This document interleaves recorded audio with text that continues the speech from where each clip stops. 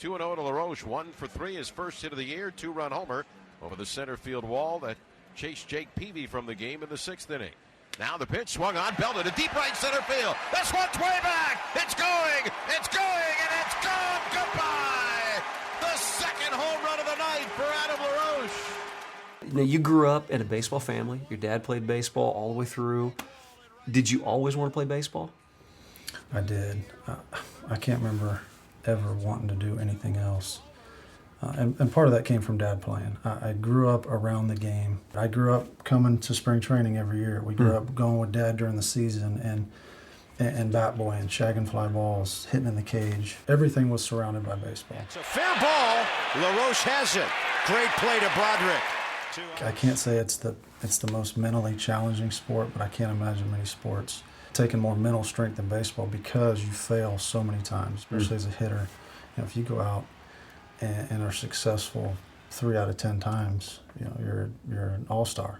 Spiritually, I've been through some roller coasters and have learned, and it took a long time and it took some hard lessons, but learned that I had been raised in the church and knew as much as anybody about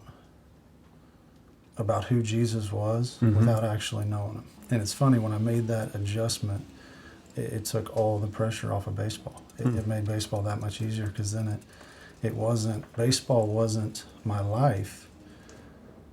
It was just what I did. I've had a few years where I start off the season terrible. I always wondered, why do I get off to such a bad start every year? And I remember talking to my mom one night about it, and it was like 3 years of doing that. Just start off the first couple months terrible, finally figure it out and get going.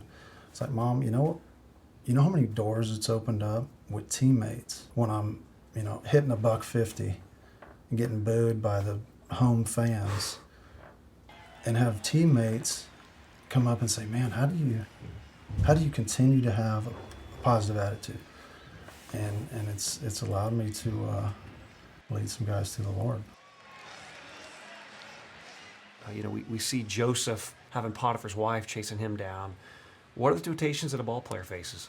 As a believer, it's losing your temper. The spotlight is on, and that whatever happens, good or bad, there's a lot of people that are going to see it. I remember from the field, I think it was first base somewhere, ground out, firing my helmet and saying something I shouldn't have. I get a text after the game from my mom. Adam, that did not just come out of your mouth. It's like, wow, my mom sees everything. There's no telling who was watching, who saw that.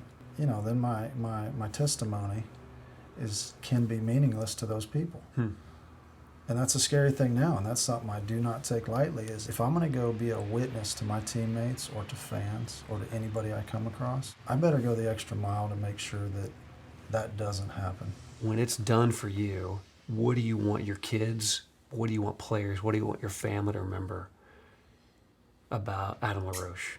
I would want baseball to not ever be mentioned at all. I don't want